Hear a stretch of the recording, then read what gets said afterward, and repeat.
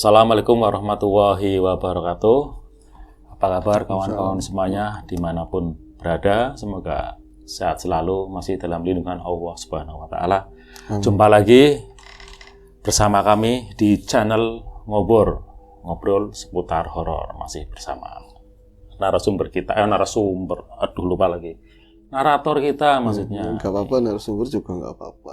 Narasi juga nggak apa-apa. Bebas wes kalau di ngobrol. Sama Mas Ayong nih. Mas Ayong mau cerita apa Mas Ayong? Nggak sabar nih aku dengerin. Oke, seperti biasa kita di ngobrol bakal nge-share yang horor-horor Bang Ogan. Tetapi sebelum cerita aku mau nyapa kawan-kawan dulu. Assalamualaikum warahmatullahi wabarakatuh. Waalaikumsalam. Bismillahirrahmanirrahim. Apa kabar kawan-kawan ngobrol semua? Semoga semua dalam keadaan baik, sehat, dan selalu bahagia tentunya kapanpun dan dimanapun saatnya. Ya. Kembali ada kami, ada saya, ada Bang Ogan di sini. Kita di ngobrolin yang horor-horor seperti biasa. Semoga kita selalu dalam kebaikan ya Bang ya. Ya, amin. Ya dimanapun dan kapanpun saatnya. Aku lupa hari ini mau ngomong jargon seperti biasa. Harapan biar beda aja. Oke, baiklah. Terima kasih untuk yang masih selalu setia mantengin ngobrol, yang sudah memberikan like, komen, dan juga sudah memberikan super thank. Terima kasih sekali. Langsung saja aku ke cerita ya Bang ya. Langsung ya. Baiklah, ini ada sebuah cerita. Cerita ini tentang mirisnya penderitaan seseorang ya. Ya agak beda sedikit Bang. Jadi itu miris kenapa itu? Ya seperti itu nanti kita bawain Bang. Kalau dibocorin jadi nggak keren. Oh iya. Oke. Ya. Jadi cerita ini dari Mas Agus. Mas Agus itu pria usia 40-an tahun. Dia sudah ada anak dua dikaruniai dua orang putra begitu ya, satu orang istri tentu. Terus seperti Mas Agus, dia juga punya kawan-kawan yang lain juga kebanyakan sudah menikah. Nah dari kumpulannya dulu tongkrongan bareng setelah dari masa sekolah sampai ya belakangan hari selepas sekolah, terus ada 1-2 yang kuliah yang memang langsung kerja dan lain-lain. Tapi kalau misalnya kumpul ya manusia-manusia itu yang kebanyakan ber-7 sampai ber-8 orang itu semuanya hampir semua sudah menikah. Nah, tapi ada satu orang namanya Darsono, manggilnya si Dar lah, Mas Dar. Itu justru yang paling tua sendiri. Itu terkenal bujang lapuk. Bujang lapuk ya, karena belum dikasih istri, belum menikah sendiri si Mas Darsono itu. Secara fashion mungkin. Dari muka iya. Itu. Kalau misalnya dari penampilan Darsono itu termasuk parlente. Dia juga ada usaha di Jakarta, jualan ya, dagang makanan, kopi lah seperti itu. Cuman dia udah punya rumah, udah punya kendaraan. Bahkan lebih dari kawan-kawan yang lain itu lebih mapan lah dia. Lebih mapan, dan itu jadi pertanyaan dari teman-teman yang lain, kenapa ya Darsono malah belum nikah gitu loh. Apakah termasuk pria yang pilih-pilih terhadap pasangan? Ternyata setahu mereka Darsono bukan tipe yang seperti itu. Bahkan ketika ditanyain sama orang tua, dari tetangga ataupun dari teman-teman, saya nggak punya kriteria khusus untuk perempuan. Yang penting dia itu ya setia, bisa diajak bebrayan. Kalau mau diajak susah, saya nggak mau ngajak perempuan susah, kasihan. Tapi wong belum dikasih, ini aja Dar. Kadang-kadang ada yang nyeleneh, kamu niatnya dibulutin ya, apa-apa itu dari niat. Kalau niatnya udah ada, walau nanti kan usahanya kan dohir. Kamu mencoba kenalan, mencoba apa, itu udah lumrah. Mesti kamu sering begitu kan? Iya emang saya sering begitu, kata Darsono. Niatnya dikuatin, nanti Gusti Allah bakalan ngasih jalan dari sisi mana aja yang kamu nggak tahu. Namanya curut aja ada pasangannya, masa kamu enggak gitu. Kalau kayak gitu kan tidak terdetekin. Akhirnya ini menjadikan kayak PR bersama. Sering-sering mereka itu menawarkan menawarkan ya tadilah. Ada janda yang agak ini. Iya, gadis, janda, tapi itu semua mentah di hadapan Darsono. Dia tidak pilih-pilih, tapi dia memilih begitu loh. Dia tidak pilih-pilih tapi memilih. Mau itu yang srek itu enggak ada yang srek. Akhirnya satu ketika Mas Agus itu dapat istri orang Purwokerto. Dapat istri orang Purwokerto. Dia itu karena memang usahanya ada di kampung juga, ya sering wirawiri karena nggak terlalu jauh kan antara Purwokerto, Slawi. Itu dia wirawiri ke sana sering sebulan sekali atau kadang nginep di sana sama istri sama anak. Dia paham betul selama beberapa tahun menikah, anaknya juga yang paling gede udah 9 tahun. Udah paham lingkungan sekitarnya, 1, 2 orang, 3 orang, semuanya udah paham lah nama-namanya. Kecuali yang memang kuliah, yang apa itu di luar apa namanya pantauannya Mas Agus. Dan dia tahu di sana itu ada seorang janda. Ada seorang janda, dan kalau misalnya ngobrol sama saya, lagi awal dulu pernah ketemu, dia pernah menceritakan janda tersebut. Sebut saja namanya Suti. Mas, saya ini ketika sebelum menikah Mas, saya pikir di kampung di Purwokerto yang lebar, yang luas itu yang paling cantik cuman calon istri saya, nggak ada yang lain. Bahkan saya ditawarin siapa semua, nggak bakalan saya terima karena apa saya cinta atau gimana ya. Pokoknya sing sempurna, sing cantik ya calon istri saya. Paling ayu sendiri. Paling ayu. Pas udah nikah, tahu-tahu yang saya ngapel berapa kali, ponakannya jebule ayu, ponakannya cantik, sepupunya cantik, tetangga ujung gang cantik. Istri saya malah kayak kalah gitu loh. Semis katanya seperti itu. Kemarin saya gitu ya Allah, pada kemana aja? Apa ini? Oh, gue tau godaan emang istri bojo, godaannya orang udah punya istri kan kayak gitu. Jadi yang dileng-leng, yang tadinya kependem-pendem itu pada keluar bermunculan. Iya, Pak ya Mas ya. Iya, dulu kelihatannya itu yang cantik istri saya. Nah ini dari beberapa orang cantik-cantik yang ponakan, yang apa segala macam itu ada tetangga, cuman ikatannya orang sana mungkin ini banget ya, kuat gitu karena tetangga tapi rasa saudara lah seperti itu. Saudaranya istri ada seorang bernama Suti. Jadi itu dia itu janda ketinggal pati. Itu kan bukan bagus sih masalah. Bunga banget tuh, wangi lah. Iya, kalau misalnya janda yang memang bercerai kan terkadang ketika curhat sama kita, sama orang lain, nggak semuanya itu jujur.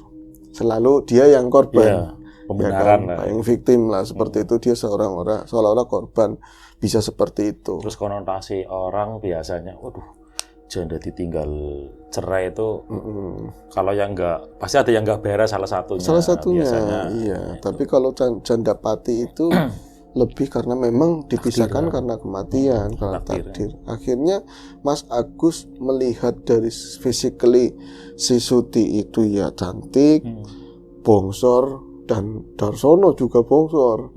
Jadi gede semua lah, dari atas bawah itu gede semua Bang. Jadi pas gitu loh. Kalau sama si Agus, kelelep Agus sama ini kayak pemain voli itu loh, tinggi-tinggi kayak gitu.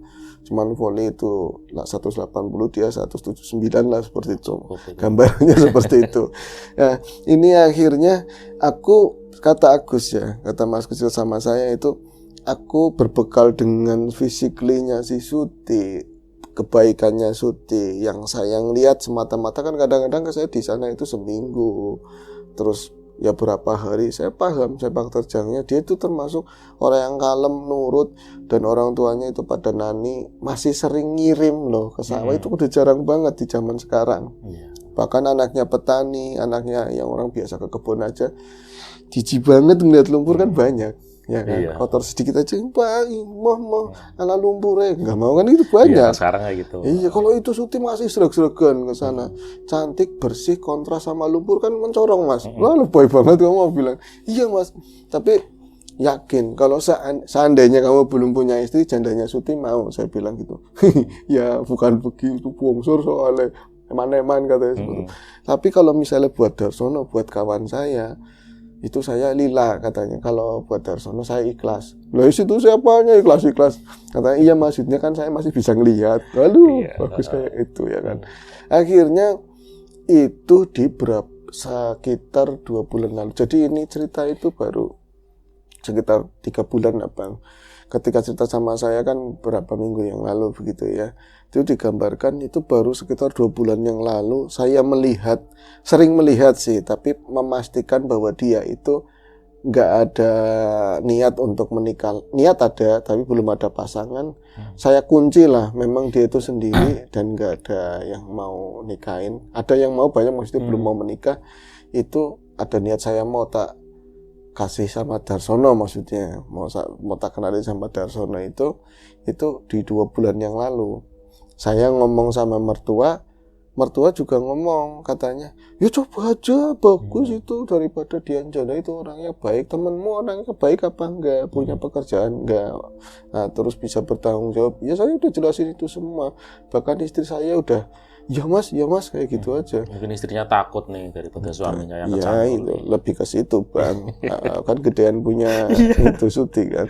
Pas sudah itu saya pulang ke Slawi, pas waktu itu Darsono juga ya kayak inilah ada ketemuan sebelum puasa kita ada ketemuan berapa orang yang nggak bisa datang diwakilin. Nah pokoknya nanti keputusannya buat Lebaran bikin acara lah seperti itu. Aku ketemu sama Darsono. Di situ saya omongin semua. Tersebutlah seorang janda pati bernama Suti dengan tinggi badan sekian. Saya ngomongin semua ke si Darsono. Dan kali ini Darsono itu apa karena ketuan apa udah mentok apa gimana? Yugus Parani itu langsung seperti itu. Yugus Parani. Berniat gitu ya. Iya, Yugus kita ke sana. Langsung seperti itu. Saya jadi, tumben kamu nggak banyak alasan. Ya nggak apa-apa kalau gitulah. Yang penting dia bau sawah katanya seperti itu. Nah, saya itu ketika ngomong sama Darsono itu sekitar nggak pulang ngidul ya ke Purwokerto itu tiga mingguan. Nah, 3 mingguan saya nggak ke sana. Ya belum ada sebulan-bulan aja, setengah bulan kali mas. Akhirnya saya berboncengan motor, pakai motor gedenya Darsono. Saya nebeng. Nanti nginep ya sana nggak apa-apa, nginep juga nggak apa-apa. Yang penting dipakani katanya. Yang penting kasih makan. Saya jalan ngidul ke sana sekitar 3 jaman. Nah sampai sana karena berangkat jam 2-an siang itu sampai sono itu setengah 5 mampir juga bang. Setengah 5 itu ada jalan gede terus masuk ke kampung, jalan kampung terus masuk gang. Di situ lingkungannya memang rame, tapi ya gitu di belakang rumah-rumah yang berjentrek-jentrek itu nanti sawah. Itu di belakangnya sawahnya mertua, sawahnya ibunya Suti lah seperti itu. Saya itu karena yang mau ke rumah itu tadi kan ada turunan ya. Pelataran rumahnya mertua itu agak tinggi. Jadi daripada nanti jomplang, Darsono punya motor bagus tapi bawahnya itu ngeri. Dari perjalanan juga ngeri saya. Kayak orang belum apal. Akhirnya saya turun. Pas saya turun, Kemendi kata Darsono, ini kemana? Udah naik ya kan. Terus saya bawa tas, saya bawa oleh-oleh buat orang tua kan. Saya itu disuguhkan pemandangan yang gak enak saat itu. Jadi rumahnya si Suti itu seberang-seberangan sama rumah mertua. Di situ ya pemandangan gak enak gimana Mas Agus? Enak sih, enaknya gini ya. Saya seneng lihat saya masa kecilnya kurang bahagia Mas. Jadi curat-curat kan dia kurang bahagia. Saya ngeliat anak-anak pada main itu senang banget. Ada anak-anak main gundu.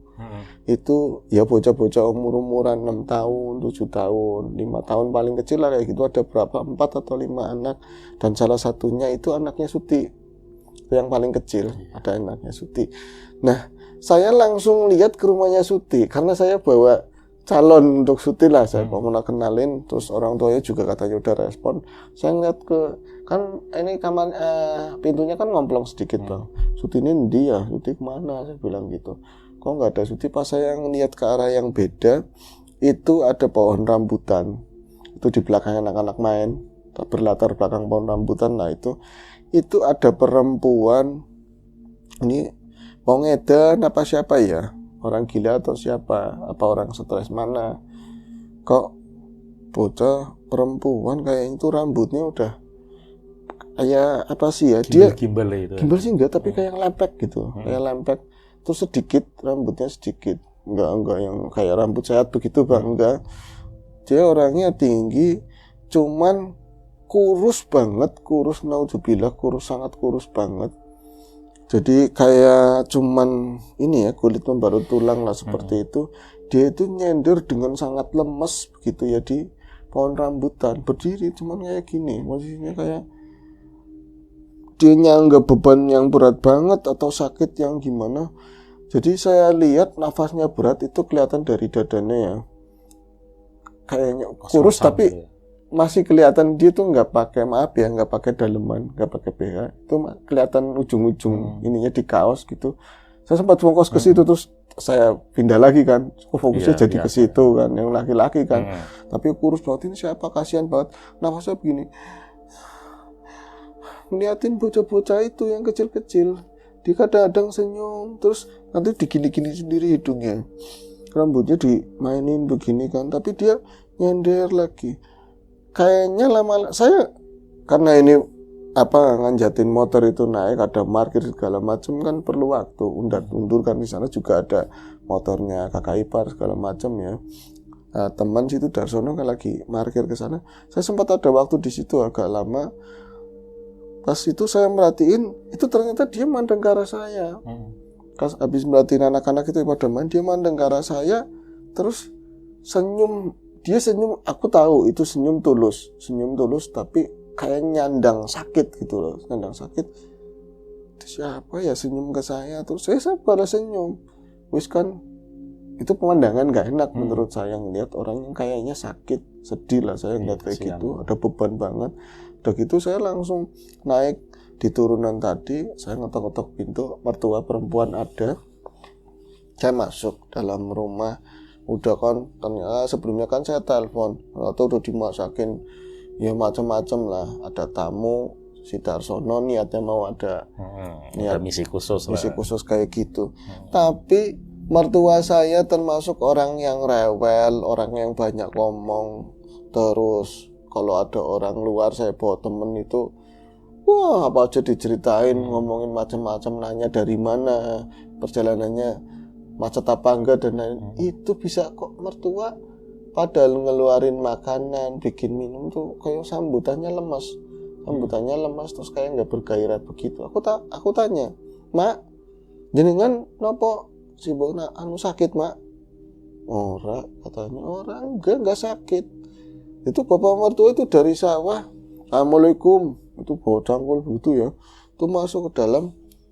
Siapa sih ya, motor apik temen katanya, motor itu bagus banget, gede. Pas masuk, kamu salim saya salaman, Pak, Ki Darsono Pak. Itu kayak nggak ngerespon Darsono, kayak seakan-akan tapi pandangannya juga dia kayak bersemangat masuk rumah, langsung berubah jadi sedih. Masuk ke sana kan, ke dalam, terus glutak-glutuk di dalam itu kayak ngobrol apa saya nggak bisa dengar sama mertua, tapi nggak jelas ngomongnya. Udah gitu lama saya ditinggal berdua sampai makan selesai. Saya sempat ngeliat-ngeliat di kaca begitu kan, perempuan itu masih ada, tapi kadang-kadang jongkok, deprok bang kayak gini bang, nanti berdiri lagi. Akhirnya melas temen ya bocah kayak gitu, perempuan itu siapa gitu, kalau orang gila nggak pindah-pindah, kenapa nggak diusir juga. Akhirnya pas sudah makan selesai, mertua itu berdua keluar, udah bersih, bapak habis sholat mungkin ya, itu bersih, duduk di depan kami di balai-balai begitu ya. Saya jadi duduknya tak rapiin. Darsono yang di situ ceritanya mau jadi orang situ lah, kalau misalnya jadi langsung diganteng-gantengin, disikapnya dibaik-baikin begitu kan. Pak, Mas, si Gus, ki singarane Darsono, ini yang namanya Darsono. Iya Pak, gagah ya, gede tinggi ya. Nggih Pak. Terus udah daripada aku yang ngomong macem-macem, mendingan kamu yang ngomong sama mertua saya. Itu lagi ngomong begitu, mertua bingung, blingsatan gitu, kayak bingung lah, salting begitu. Niki Pak, kula sepindah badhe silaturahim. Ini saya satu mau bersilaturahmi. Sing kaping pindho Pak, kula nggak ada niat. Saya itu punya niat, katanya si Agus di sini ada perempuan ngapunten sing udah sendiri gitu kan, namanya Dek Suti. Dek ditambah-tambahin Dek Suti, tapi nggak ditambahin yang katanya ininya gede semua Pak, nggak digituin. Gambarannya enggak. Cuma ada Dek Suti Pak. Saya sepertinya diceritain sama Agus mantunya jenengan, nggak tahu Pak, saya srek Pak. Kalau boleh jenengan ngizinin ya, siapa tahu kita bisa jadi keluarga. Saya punya niat baik untuk saya pengen menikah Pak. Oh ya gue apik, kata itu bagus bapaknya. Tapi turun lagi kayak sedih lagi, Pak senggol-senggolan ngomong sana. Nah Agusnya kan jadi bingung, Pak sebenarnya ada apa? Nangis, ibunya nangis. Sampai jadi nangis, kok sampai jadi nangis ditanyain begitu. Bapaknya ngomongnya belakak-belekuk, rada susah. Akhirnya saya nungguin ibu selesai sedihnya, Mas selesai nangis, akhirnya diceritain.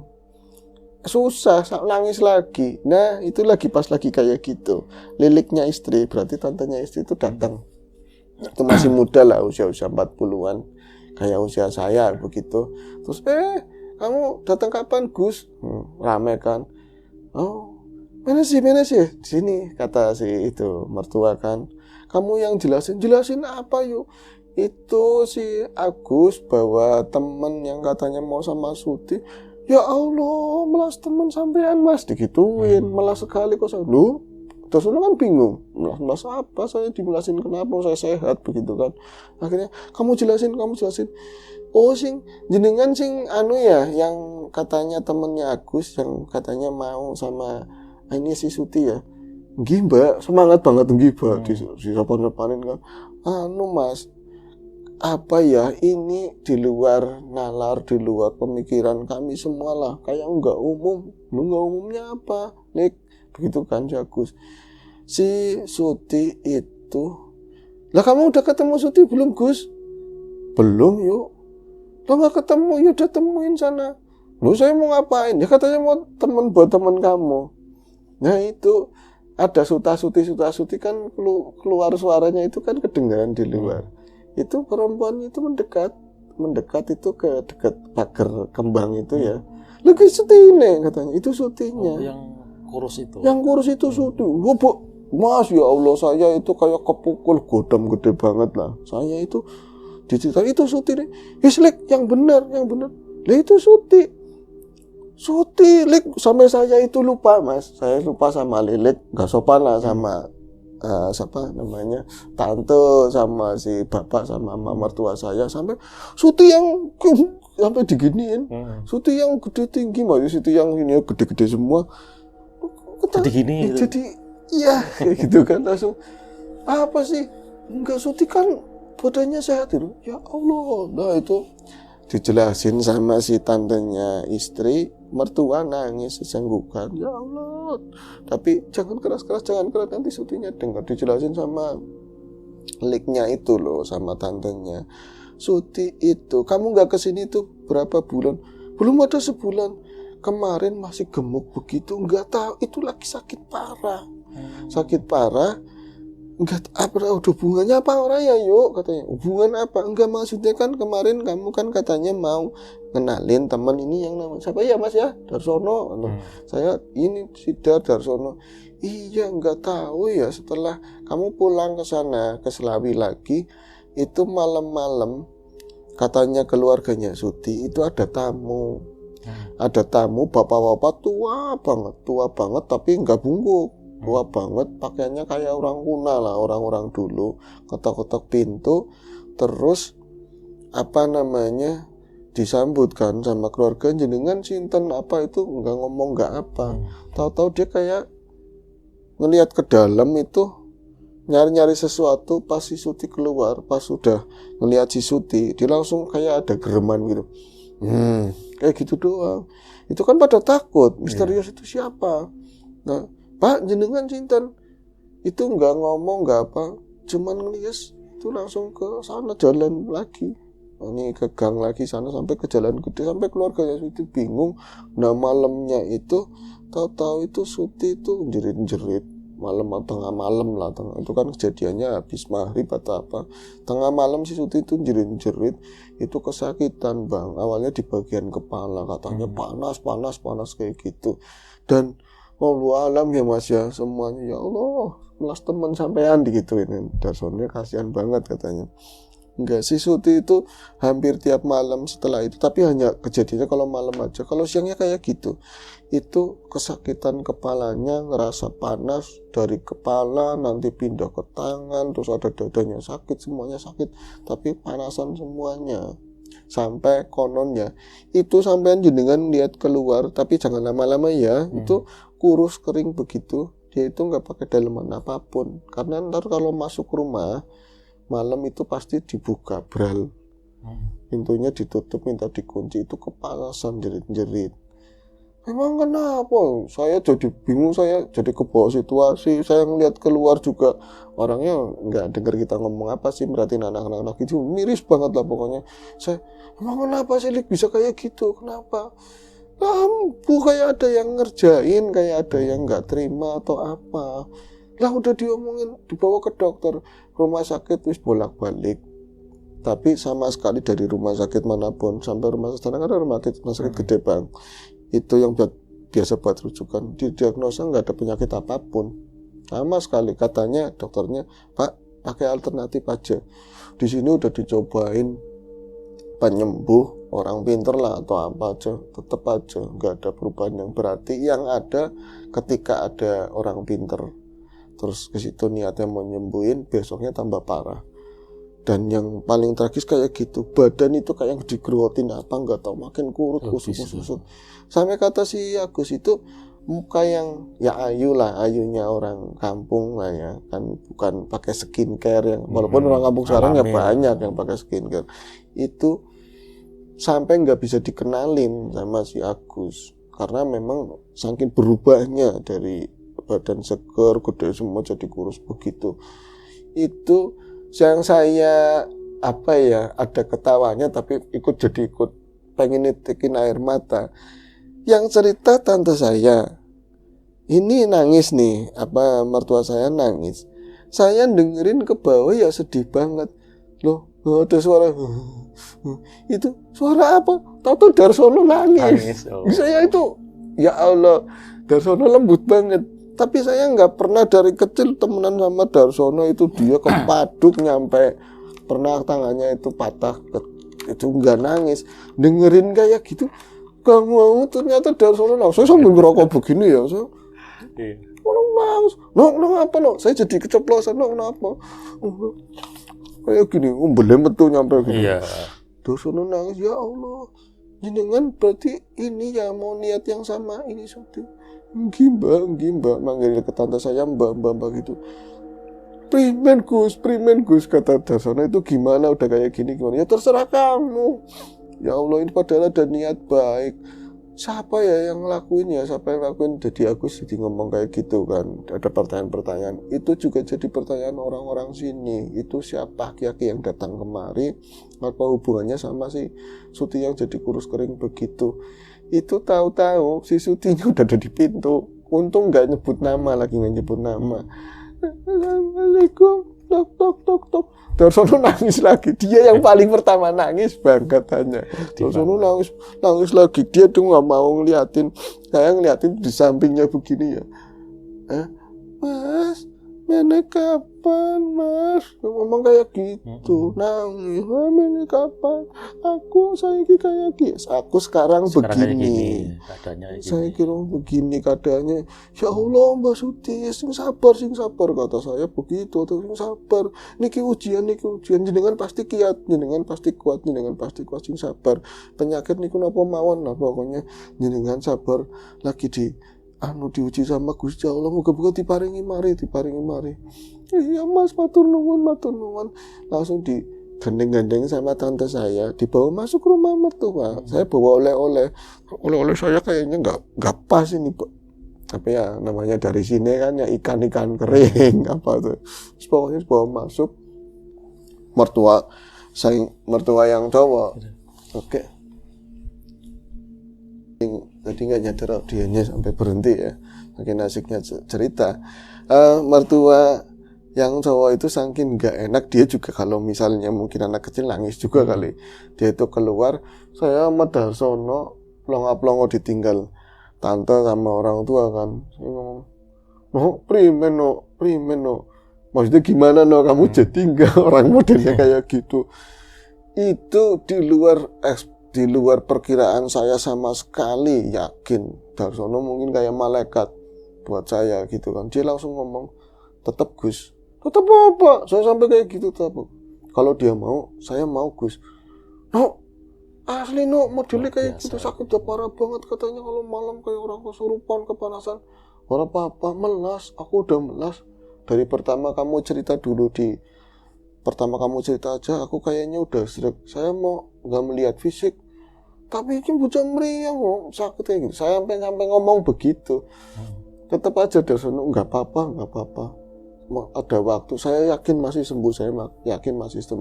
Akhirnya singkat cerita aja ya Bang ya. Pulang dari situ, kita itu yang tadinya mau nginep mau apa jadi enggak. Semua itu jadi keluh, suasana obrolan juga enggak enak.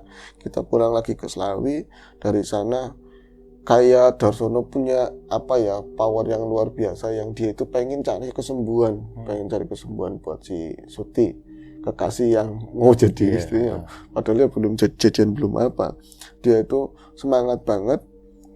Datangin beberapa pesantren yang dekat-dekat sini, terus ada direkomendasikan malah ke orang biasa, muda gitu kan.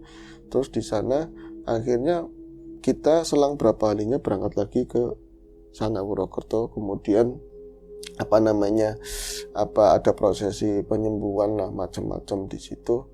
Dan ini belum lama itu lagi berangsur pulih, keadaannya berlalu pulih. Dan katanya memang dulu konon ya katanya Suti itu pernah ada yang suka setelah suaminya meninggal gitu kan. Cuman orang itu, tapi nggak boleh nyebut nama, nggak boleh ini ya, siapalah pokoknya ada orang dia itu duda, tapi pernah ada suka sama Suti, itu ditolak begitu ya. Tapi kalau perasaan sih kata keluarga nolaknya baik-baik, nggak tahu dia tahu tersinggung sama omongannya siapa atau apa.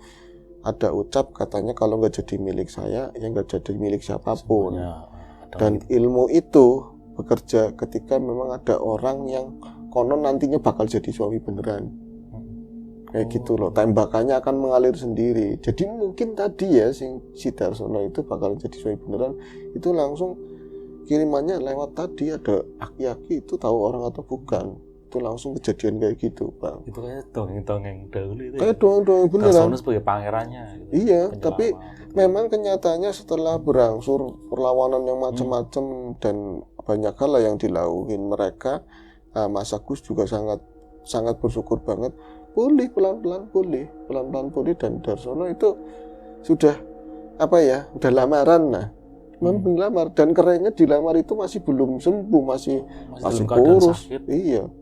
Masih tulus bener-bener ya.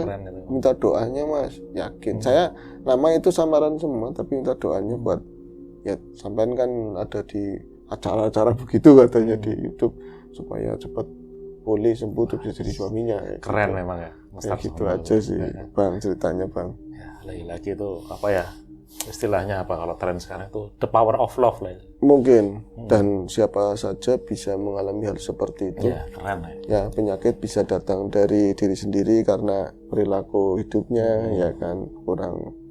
Nah, ada juga dari orang lain. Semuanya ya tadi ujian, ada juga hukuman, ada juga peringatan macam-macam Bang. Dan jalan Allah pasti ada. Ada untuk orang-orang yang sabar.